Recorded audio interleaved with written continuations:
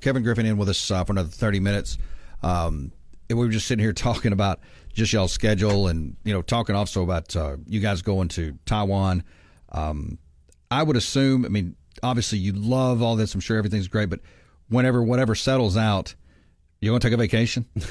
Get out here and breathe a minute, huh? Yeah, and it's a blessing for Connor to be in the situation that he's in, so we don't ever want to take it for granted. Sure. For sure. But the main thing that he wants is he never wants this to be a distraction to his high school team.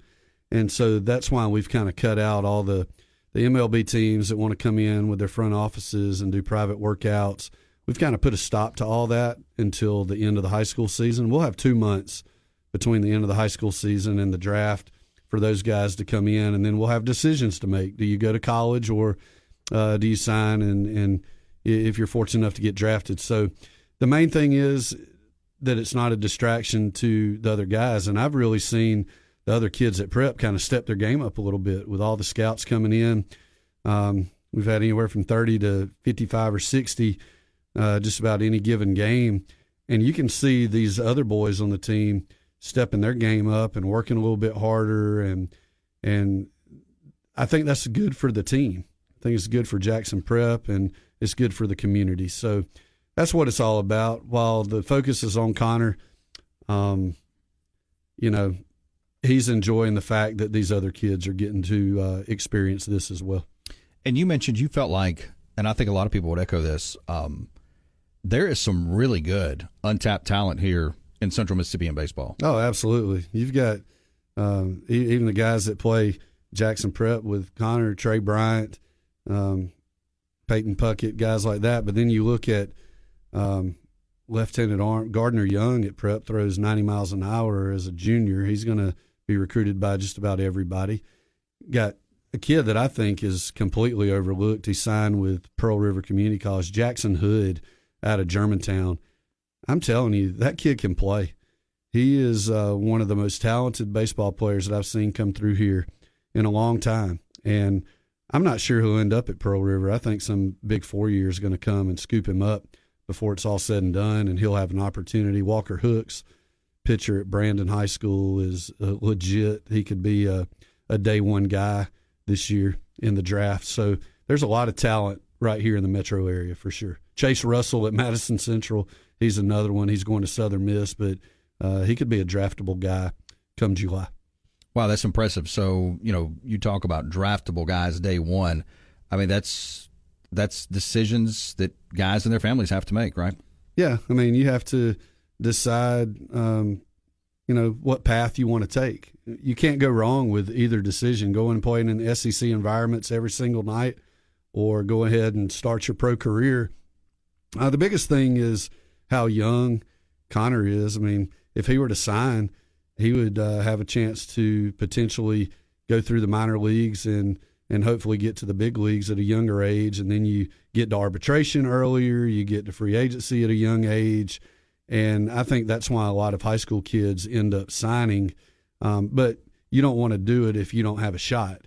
And people don't foresee you making a run through the minor leagues fairly quickly. Otherwise, you go to college in a place like LSU and get developed by the coaches that they have there, or go to Ole Miss or Mississippi State and get developed by those great coaches that are here in the state. So, yeah, it's decisions that will have to be made, but right now he's just trying to enjoy his senior year of high school and help Jackson Prep win that 7th straight state championship. Let me ask you this. Let's go back to the kind of move this whole back to, and you could say baseball too. We were talking about Ross Dellinger reporting that power programs equipped with NIL and cash are poaching Group of 5 rosters. We know that. That's happening. Just look at what Cameron Ward did. He went to Incarnate Word as a quarterback, kind of under the radar, had a really good 2 years. Washington State picks him up. Then he goes from there, flirts with the NFL. Now he's at Miami for a final year. So he made that kind of 3-tiered jump to big-time college football. We know Trey Harris come from Louisiana Tech, blew up last year at Ole Miss. You can go. Makai Polk a couple years ago, Washington State to Mississippi State, had a fantastic year. So do you think privately, and there's no way to know this, but I just wonder this, So, for instance, Alabama, well, let's take the state of Alabama. Alabama and Auburn go to UAB, and they go to South Alabama, and they go to Troy and say, look, privately, wink, wink, we'll send you some recruits maybe that interested. We don't think that's ready yet, but they'll bolster at your place. But to maybe where there's a, quote, wink deal to where you are our feeder program. Does that make sense what I'm saying? Yeah, you scratch my back, I'll scratch yours type deal within programs. And I think it's been going on for a long time. I think mid-majors have almost been like junior colleges for some of the Power Fives. Hey, I'll push players your way if in 2 years or a year you'll send them back to me. I think a lot of that's been going on even before NIL even came into play. And, the football money with NIL is just crazy. I mean, baseball can't touch that. It's not even close.